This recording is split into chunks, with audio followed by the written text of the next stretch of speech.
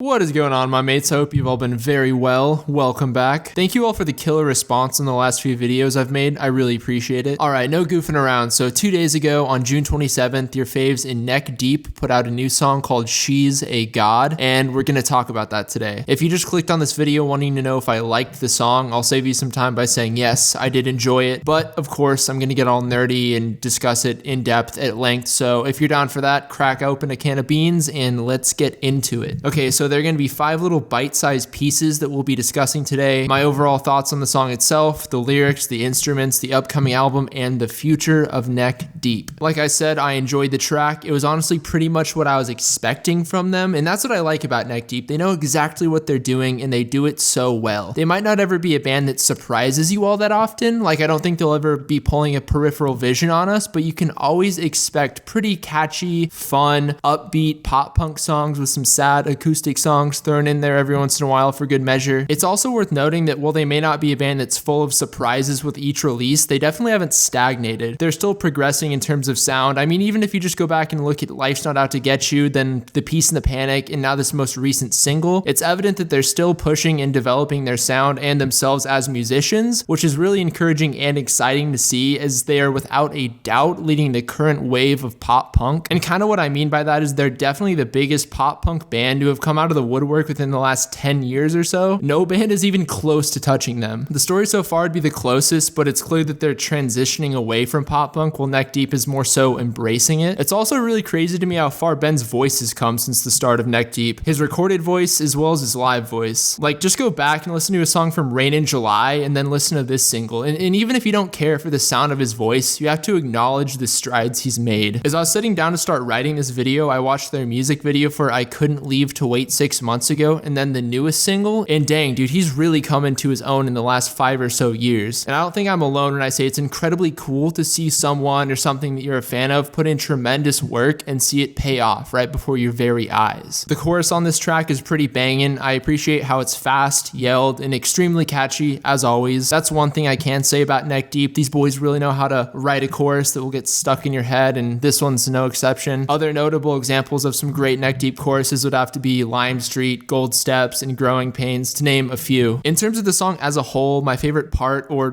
parts I guess I should say, would be the you know, like it's all throughout the song. I just love that. It gives me a really fun, bouncy summer vibe, and it helps the song get stuck in your head. My next favorite part is the way the bridge transitions back into the chorus. I love how it gets pretty quiet and back to just the part of the song. Then the chorus fades back in softly, then Ben just belts out the rest of the chorus and outro, ending the song on an energetic, happy note. I'm obviously no music reviewer or critic, but if I had to give this song a score out of 10, I'd give it like a cool 8. Just a good classic Neck Deep song that has me anticipating the new album. Oh, by the way, before I press on and talk about the lyrics with you mates, I find it interesting that this song didn't roll out with album pre-orders. That kind of tells me that something is either being rushed or didn't go according to plan, or maybe they're not releasing a new album anytime soon, and this song is just to tide us over, because it's very safe to assume that this is from their upcoming album, and if they're dropping a new track with the dang music video, why not just drop album pre-orders along with it, since they're going to be getting all that traffic? But I don't know, I'm not in the music industry, and I'm also not a professional marketer, so of course take what I'm saying with a grain of salt. Okay, so the lyrics. This is going to be the part of the video where I'm going to be the most critical, so you ready? I do not think the lyrics are all that great. They're corny, and they really might be some of my least favorite Neck Deep lyrics to date, and you all know that I'm not saying that just to be mean. I just like to be straight up with y'all and my thoughts. And to be clear, I don't think the fact that the lyrics are corny really take away from the song at all, actually, because I've never really listened to Neck Deep for the lyrics, more so just their overall sound. And trust me, I listen to quite a bit of rap and hip hop, which I know may actually surprise some people, but what I'm getting at is some rap songs that I'm particularly fond of have some of the cheesiest, most cliche lyrics I've ever heard, yet I absolutely love the song. You know, I just like the way the overall song sounds. In fact, ignorant cliche rap lyrics tend to make the songs better sometimes, at least to me, but that's totally off topic. But yeah, like I said, if I'm being honest, I thought the lyrics were particularly bad, and I'll show you a few examples and supplement it with a bit of commentary. As we wake up, she begins curling up to me in her underwear, and she looks at me with her eyes like planets in a solar flare. She gets dressed, she looks her best with her hair like everywhere. I could actually imagine Tom DeLonge singing that last part, like everywhere, you know, like in his Tom DeLonge accent. But I think what gets me are the last 2 lines comparing her planets like to a solar flare. It just really makes me cringe, and I I just really don't like it. But it honestly sounds okay when he sings it. And the part how she looks so good and her hair looks good, and it's like, ugh. I feel like I'm just kind of being mean and overcritical, but I don't know. I'm just being real. And to be fair, even though I don't think these lyrics are good, they're still 10 times better than anything that I could ever write. I also thought that the entirety of verse 2 was pretty bad. And everybody's like, oh, wow, tell me now, how'd you get so spiritual? Did you go far east, see the temples and find yourself, grow your hair out? And I'm like, hell nah, I've got a girl, she performs miracles. Are you cynical because I'm her only believer? But she's nothing like Jesus? Here's the thing, once again, it sounds great when you hear it within the song, as in when Ben is singing it, but it really falls flat when you're just reading it aloud to yourself or reading it out loud for video. Also, I find it pretty smart that the song is called She's a God, as it really appeals to the woke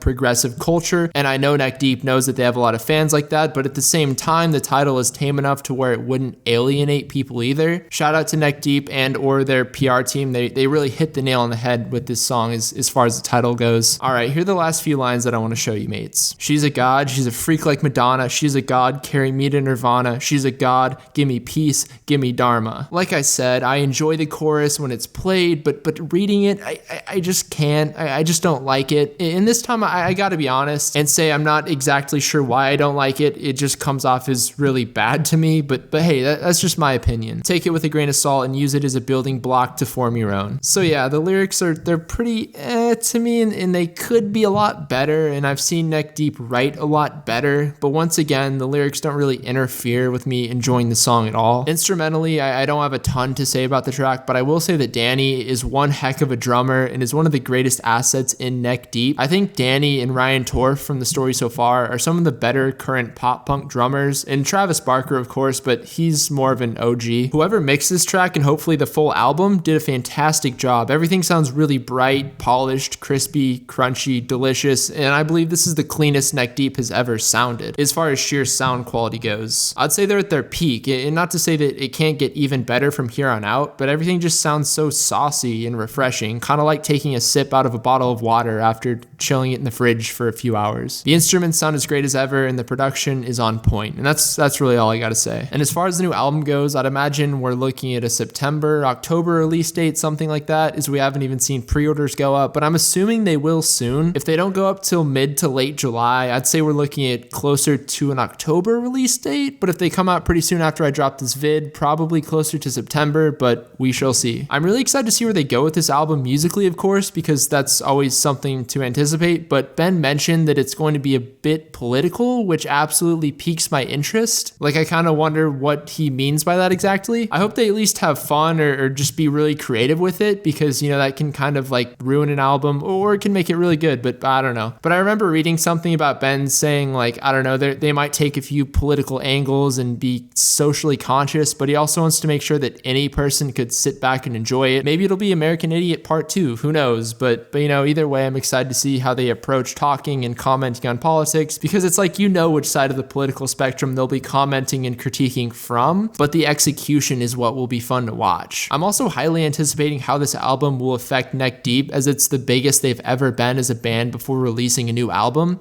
which is true for any release for any band, I guess, but just think about how much their fan base has grown since they've put out The Peace and the Panic. I know it's hard to quantify something like this, but it seems like their fan base has grown like times 10. Like their fan base has just grown immensely since The Peace and the Panic. I hope this release makes them even more mainstream and they keep building their way up to being this generation's Blink-182. And I know I'll probably catch some heat for saying that, but I can't think of another band that would possibly be worthy of that title. Neck Deep doesn't seem like they'll be pumping the brakes anytime soon as far as touring and putting out music and just being a band, so it'll be really interesting to see what the next 5 or so years kind of look like for them, you know, see where they go, how big they get, what kind of music they put out. So I don't know, I'm just really excited, you know. I mean, without a doubt, they've cemented themselves in the world of alternative music and pop punk, and I'm just super stoked to watch them keep building their legacy. You know, I'll be keeping a very close eye. So to kind of wrap this all up, I'd say She's a God is a great new single from one of the better pop punk bands out right now, and I can't wait to hear more stuff from Neck Deep. I'm sure their new album is going to be pretty saucy, pretty good, pretty neck deepy, so just really excited to, you know, hear more more from them and see what the album's all about. Thank you so much for watching, my mates. The only thing I really promote in these videos these days is my brand, and I like to think of it as our brand, but Mates Club. Go follow Mates Club on IG.